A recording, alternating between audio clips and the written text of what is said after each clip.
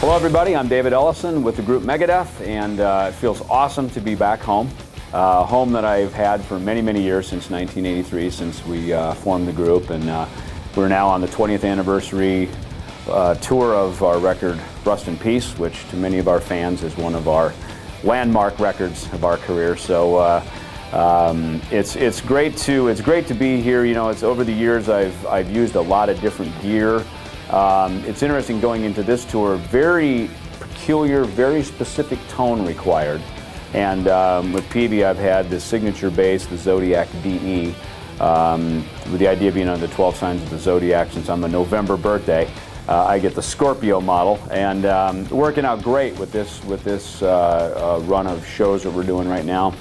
A tone that requires there to be a lot of girth and weight down in the bottom end, but kind of a little bit of a scoop on the mids and a nice point on the top to get through. I mean, for me, sometimes you know when the kick drum beater hits, there's always in an arena sound, there's kind of a nice like concussion sound, very sharp edge with a boom under it, and the va-voom that comes behind it needs to be the bass note. So creating a tone with Megadeth has been, I play with a pick, which helps. Early on I tried to play with my fingers a little bit, but just the nature of the riffs were tuned.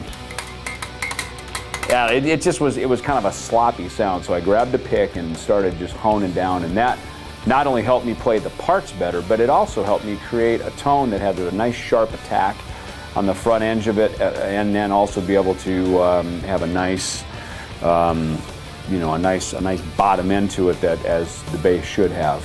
And so for Rust in Peace was kind of a point in time when the tone got very specific and needed to sit really right in the pocket with the guitars and the drums.